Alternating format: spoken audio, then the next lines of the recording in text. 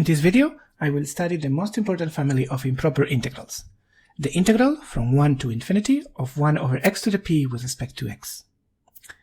This is not a single integral, it's a family of 10. For each real number p, I get a different one. Some are convergent and some are divergent. I want to know which ones. This family is very important, not because it is complicated. The calculation will be relatively simple, but because it comes up again and again. Later, we will learn how to determine whether other integrals are convergent or divergent by comparing them to this one. At this moment, I invite you to pause the video and try to answer the question before continuing watching. This is an improper integral because the domain goes all the way to infinity. So like in the previous examples, we set it up as a limit. First, I integrate between 1 and a number b, the same function, and then I take the limit as b approaches infinity. So first integrate, then take the limit. In order to integrate, I need to find an antiderivative for this function. And I'm going to break that into two cases. When p equals 1, I will have 1 over x, and we know the antiderivative is the logarithm. But in all other cases, I just have a power whose antiderivative is also a power. So I will do this second case first, when p is not 1.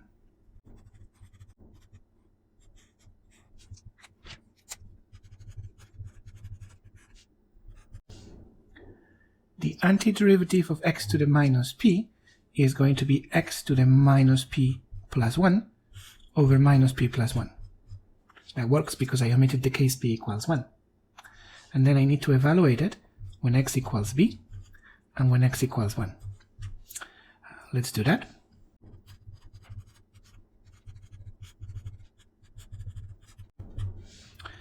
Now, to calculate the limit, I'm going to have to consider a couple of cases. I'm taking the limit as b approaches infinity. So for the purpose of the limit, b is the variable and p is just a constant. This is a fixed number, and so is this. This is the only part that depends on b. When b approaches infinity, it matters whether this exponent is positive or negative. So I'm going to break it into two cases, when minus p plus 1 is positive, and when minus p plus 1 is negative. If minus p plus 1 is positive, I have b approaching infinity raised to a positive exponent. That also approaches infinity, divided by a positive number is still infinity, and the constant doesn't matter. So in this case, I'm going to get that the limit does not exist because it is infinity. But in the second case, when the exponent is negative, b approaching infinity raised to a negative exponent, that's going to go to 0. So this term is 0 and doesn't matter, and I'm left only with this term. And I enter the minus in the fraction, and I get that this is the number 1 over p minus 1. But more importantly, in the first case, the improper integral is divergent. And in the second case, the improper integral is convergent. And perhaps it's simpler to summarize the first case by saying p is less than 1, that's an equivalent inequality, and the second case by saying that p is greater than 1. So we have only one case left.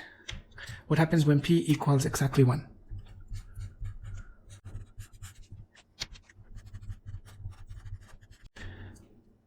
Now I go back here, and when p equals 1, I have the function 1 over x. The antiderivative is logarithm of x, which I have to evaluate at b minus evaluate at 1. And then do all the steps. As b approaches infinity, I'm going to have logarithm of b that also approaches infinity. So in this case, I also get infinity, and the integral is also divergent. So in these two cases it's divergent, and in this case only it is convergent. Here is a summary of the calculation we just did. The improper integral from 1 to infinity of 1 over x to the p is convergent if and only if p is greater than 1. If you ever need the specific value, you can repeat the calculation we just did. And it is divergent, not just divergent, but specifically to infinity, if and only if p is less than 1 or equal to 1. I put those two cases together. This summary is important, and it's actually worth memorizing because it appears a lot. Once you learn to use comparison test, both for improper integrals and for series, you will be using this a lot. It is the most ubiquitous family of improper integrals.